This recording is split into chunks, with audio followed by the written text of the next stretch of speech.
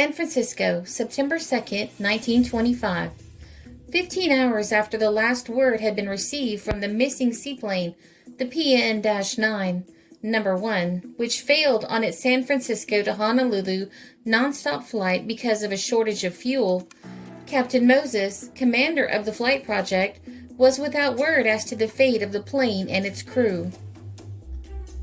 Maintaining the optimism he has felt since the giant seaplane bearing Commander Rogers and his 4 valiant flyers was reported missing, Captain Moses expressed the belief that the aircraft and its personnel would be found soon after daybreak. Last word from the plane was at 4:12 yesterday afternoon when it was given compass bearings. It was then believed to be about 150 miles from the Isle of Maui. 3 naval seaplanes took off from Lahaina roadsteads at the first precipitous break of today's dawn and flew towards the eastern portion in a determined effort to learn the fate of the missing seaplane, PN-9 number 1. Conditions for the search were greatly improved over those of last night, when rain and rough seas made survival doubtful of the 5 airmen who on Monday started on a scheduled nonstop flight from San Francisco to Honolulu. The first message received here from the 3 seaplanes today said clearing weather permitted them an unobstructed view for miles and that the ocean had calmed down. There was no visible trace, however, of the missing seaplane. With today's searching seaplanes, Navy officials assigned half a dozen submarines, several destroyers, and other craft, which steamed out to the east in fan formation. Officials continued in the belief that the missing aviators would be rescued. Throughout the night, 3 destroyers engaged in a systematic search of the area in which the seaplane was believed forced down. They steamed in gradually expanding circles until 100 miles had been navigated, playing their powerful searchlights to either side, but without finding the object of their search. A message received from the destroyer Aroostook at 10:15 last night said, "No trace of plane number 1, which was forced down over 20 miles south of the Aroostook station, where the estimated maximum drift is 8 miles an hour to the westward. The seas are moderate and the skies overcast." With the destroyer Farragut, the Aroostook spent the night moving in the area 500 miles off Honolulu, stabbing the seas in the vicinity where the missing plane might have dropped disabled. A message received from the missing plane after the craft radioed that it was trying to remain in the air until the dwindling gasoline supply was exhausted said, "What is wrong, please? Go ahead," meaning that the Aroostook should proceed with furnishing compass bearings to the PN-9 number 1. To this query, the Aroostook answered, "What is your course and are you trying to find us?" To this message there was no answer. The Aroostook, after an all-night vigil, was ordered to launch a plane at daylight to aid in the search.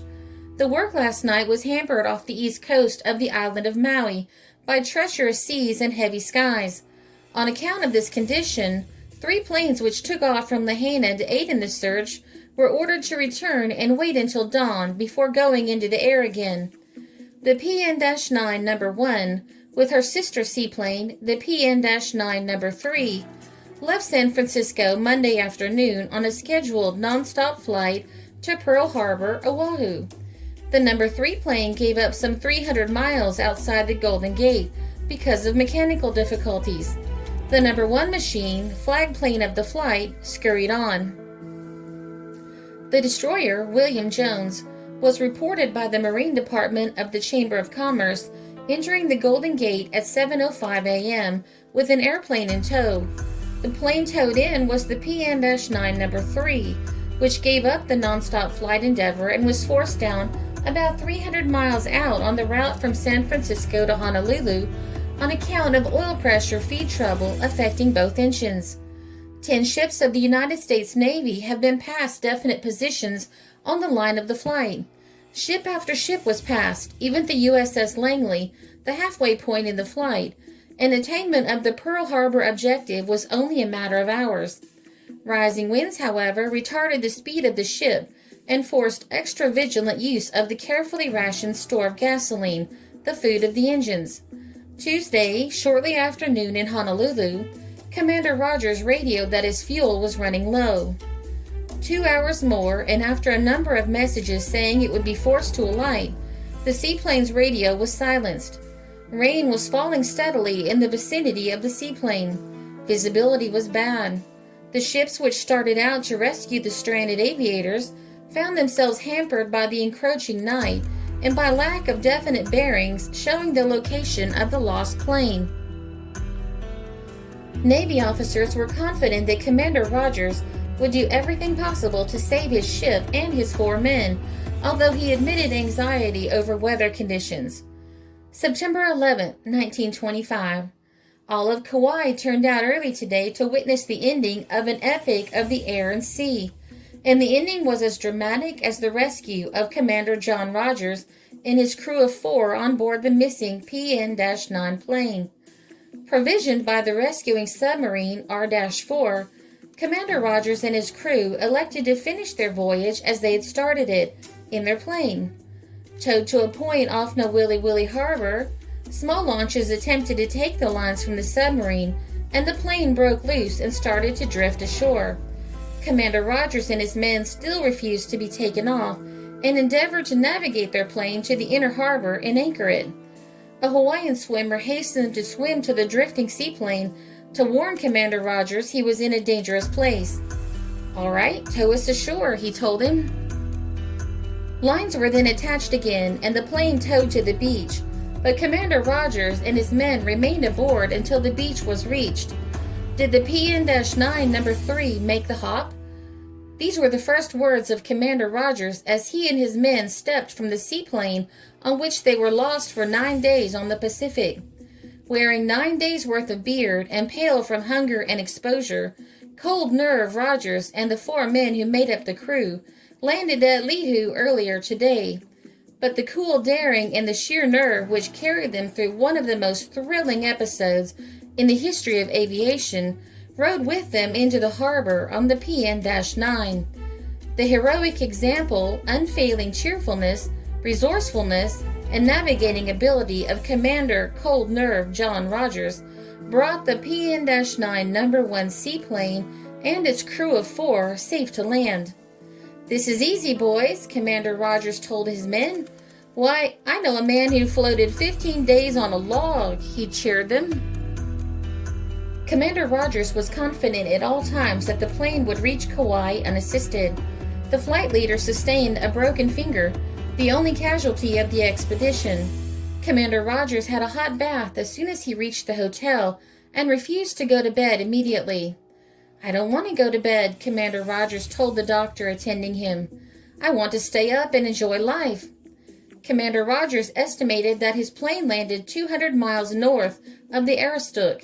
The chief rations of the 5 men aboard the powerless plane for the first 4 days was corn willy, their reserve food. Food gave out on the 5th day of their wanderings, Rogers said today. They had water, however, due to the complete equipment of the plane. Fabric was used to fashion a reservoir in which rainwater was caught. A small still on board the seaplane was also used to distill seawater. The landing on September 1st, when the plane passed out of sight, was made without difficulty, Commander Rogers declared. The plane came down north of the guard ship Aroostook, the last vessel to be in communication with the plane. On the 3rd day after the big plane had gone adrift, it passed through a heavy storm, but weathered the blow gallantly. Otherwise, practically fair and calm weather was experienced, Rogers said. The hull of the plane was practically intact when she rode into Nowili Willi Harbor in tow of the submarine R-4. Her wings, however, were badly smashed. When the question of returning to Pearl Harbor, Honolulu, 110 miles distant, was broached, Commander Rogers proposed riding there on his plane in tow of a destroyer. Officials, however, are expected to veto that plan, and the rescued birdman will probably arrive late today in Honolulu on a destroyer. The PN-9 kept its radio receiving apparatus working during the entire 9 days that the plane was adrift on the trackless water of the Pacific. They heard all of the messages that passed through the air while the frantic search was being conducted. These messages cheered the flyers greatly and helped them pass the weary days. The flyers were in a position to watch the hunt for their plane from a silent sideline. At no time did we give up hope, Commander Rogers declared. We heard the famous message of the Aroostook. Don't give up, John. We'll get you yet. About the second day, the derelict plane sighted a steamer and waved frantically but failed to attract its attention. The first act of Commander Rogers on stepping ashore was to send messages to his own parents and those of all of the crew telling them of the crew's safety. When Rogers and the crew came ashore, a huge crowd greeted them. They were immediately taken to a hotel where a doctor examined them. Then they were put to bed to rest up from their 9 days of deprivation. True to naval traditions, Commander Rogers was the last to leave the plane and come ashore. All of the flyers made light of their experiences, but their badly sunburned and wind-blistered faces told the tale of their suffering. Commander Rogers' lips were badly chapped. Catching showers saved our lives, Commander Rogers said. Our plane drifted northwest, the flight commander said. No searching ships or airplanes were sighted until Tuesday, when off the coast of Kehu we sighted 2 searching airplanes flying near our derelict plane. Then came the second heartbreaking disappointment. We attempted to signal them, but were unsuccessful. They passed on, said Rogers. Then we rigged a sail and decided to make for the island of Oahu. We sighted that island Tuesday, but the wind changed, bearing us northward.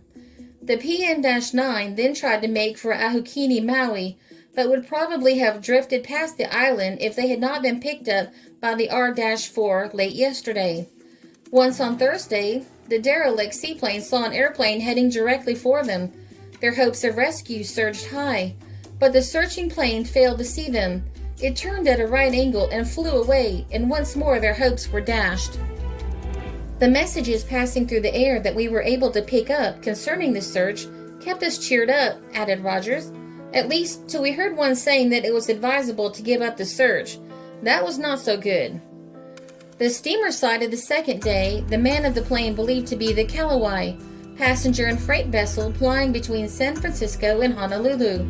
There wasn't enough wind to get power from the propeller generator, Commander Rogers stated in explaining why they were unable to use their radio to notify searching vessels of their position. So we took the engine apart and tried to use the starter for power. We tried 3 different radio hookups, but none worked. We used flares only when we thought they would be of some use off the island of Oahu, and when we sighted the steamer. Our drift was south and southwest. The PN-9 proved seaworthy, Commander Rogers said. The men on board the plane received their first food in 4 days, when provisions were sent aboard by the R-4 as soon as she had made a line fast to the PN-9 number 1. The aviators were in good condition, and the plane appeared little the worse for its long flight and long sea voyage. The submarine towing the plane reached the harbor shortly after 8 p.m. last night. The USS Colorado of the Pacific Fleet is proceeding here, and Commander Rogers and his men probably will be taken aboard this warship for their 110-mile trip to Honolulu. The R-4, which had been searching Kauai Channel, sighted the missing plane at 4:15 yesterday afternoon, almost 9 days to the hour from the time that the PN-9 number 1's radio sputtered out its last message. Gas getting low, keep close track of the plane. The point at which the plane was found had been searched and researched. Naval experts had figured that the missing plane might drift through the Kauai Channel, which separates the islands of Kauai and Oahu, but their calculations had placed the plane there days ago. When news that the flyers had been found reached Honolulu at dusk, it spread like wildfire through the city. Men, women, and children ran from houses to spread the glad tidings. Scarcely believing ears heard it, and the first question on all lips was, "Are they alive?" Assured that they were, the people poured out to celebrate the news. Newspaper extras were snatched from the newsies. Throughout the night, hundreds of congratulatory messages poured in from the United States. Naval headquarters at Honolulu was raised from the depths of gloom to the heights of happiness. Couched in naval phraseology, the glad news was flashed to Flight Project Commander Stanford Moses in San Francisco and to the Secretary of the Navy Wilbur in Washington. Lieutenant Osborne, commanding the submarine which found the drifting seaplane while searching the remote inlands of the extensive Hawaiian group of islands, told in laconic radiograms of the discovery, which ended 10 days of despairing search. The first message stated that the flyers and crew had been found. A later report requested a tug sent to Nowili Willie for Rogers and his men who were in good health. Although the search of many destroyers, minesweepers, and submarines was continuing through the remote sea stretches into which it was thought the PN-9 No. 1 might have drifted, hope for their return had practically been given up. Attention to the isolated waters where the R-4 found the men and their plane was first called by the minesweeper Whippoorwill, which reported seeing rockets in that direction when the search was but 2 days old. The PN-9 No. 1 had drifted nearly 350 miles since a shortage of gasoline compelled it to alight. "I am the happiest man in the world." Those were the words today of Captain Stanford E. Moses, Hawaiian Flight Project Commander, as news of the miraculous rescue of Commander John Rogers and his 4 men of the PN-9 No. 1 continued to reach him. The PN-9 No. 1 was lost exactly 9 days ago. I sent the men out, and next to the parents of the men themselves, I have been most anxious for their safe return, Captain Moses said. Their finding bears out the hopes that we reluctantly gave up a few days ago. We then believed that Rogers and his men would pull through. Captain Moses announced that the finding of the PN-9 No. 1 would make no change in plans for the PB-1. The PB-1 cannot take off in any event before completing her test flight, the officer said, and things are so unsettled now that it will be impossible to say what will be ordered. Captain John Strong, intrepid aviator of the PB-1, was happy over the rescue of his comrades. "Great stuff," he said. "That clears the air, and I believe it will mean that the PB-1 will now be given a chance to make the flight to Hawaii." Rear Admiral John A. Rogers, USN, retired, father of Commander John Rogers of the seaplane PN-9 No. 1, had about decided that he would never hear from his son again when word reached him early today through the Navy Department that he had been picked up in the Pacific. Veteran of many years on the sea, Admiral Rogers was familiar with conditions in the Pacific and knew what his son and his companions would have to contend with after they were forced down. Other members of the Rogers family had continued to be more optimistic, however. Commander Rogers is regarded as one of the Navy's leading aviation experts and one of its most experienced flyers. "Commander Rogers and crew resting well with me. His men praise his ability as a navigator. Plane anchored at Nowili Willie." This message, signed by Sheriff Rice of Lihu, island of Kauai, was received today by Captain Stanford Moses, Flight Project Commander. Sheriff Rice is an old friend of Captain Moses. "They're in fine hands," he said. As a reward for the heroic manner in which he overcame the great difficulties in his flight from San Francisco to Honolulu, Commander John Rogers of the seaplane PN-9 No. 1 was today promoted to the post of Assistant Chief of the Navy Bureau of Aeronautics. Commander Rogers is a member of a family who have been famous in naval circles since the Revolutionary War. The Navy Department, shortly after Rogers' promotion was announced, issued the following statement detailing his naval career. Commander Rogers was among the first group of naval officers to receive aviation training. In March 1911, he was ordered to Dayton, Ohio, where he received aviation instruction from the Wright brothers. Following this first period of aviation instruction, he came to the Naval Academy at Annapolis, where the pioneer officers in naval aviation were assembled into the 1st Naval Aviation Department. Commander Rogers was the senior officer of this group. This was in August 1911. While on this duty, Commander Rogers made the first cross-country flight made by a naval officer and one of the first cross-country flights ever made in this country. The plane, a Wright brothers machine, was assembled at Washington, flown then to Baltimore, and back to Annapolis.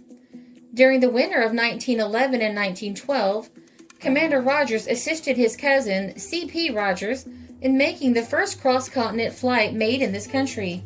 Commander Rogers accompanied his cousin on a number of the sections of this flight. In January 1912, he went to San Diego, California, where, with other pioneer naval aviation officers, he established a naval aviation station. He was the senior officer of this group. While at San Diego, he conducted original, valuable, and interesting experiments with seaplane floats. For this reason, it may be said that he was a pioneer in placing aviation in the Navy at sea with the fleet. In May 1913, he returned to Annapolis, where he was still the senior officer among the aviation officers present, and continued his developments and experiments in naval aviation. In August 1913, he returned to general service in the Navy, not aviation. During the period he was not actively in naval aviation, he continued his interest in flying and made flights at the Naval Air Station in Florida. In July 1922, Commander Rogers returned to naval aviation, taking command of the air station at Pearl Harbor, Hawaii.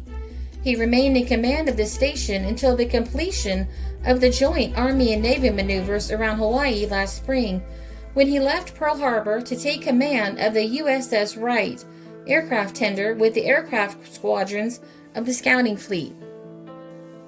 While on this duty, he was selected for duty as commanding officer of the West Coast Hawaii Flight Unit.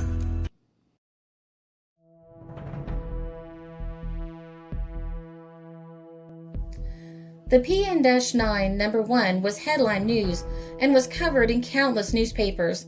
It also went missing at the same time the Shenandoah crashed.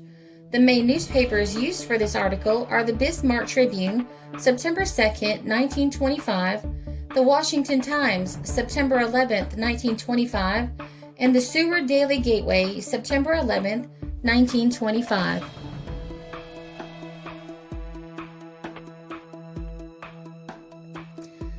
This is a Country Road production because history is fascinating.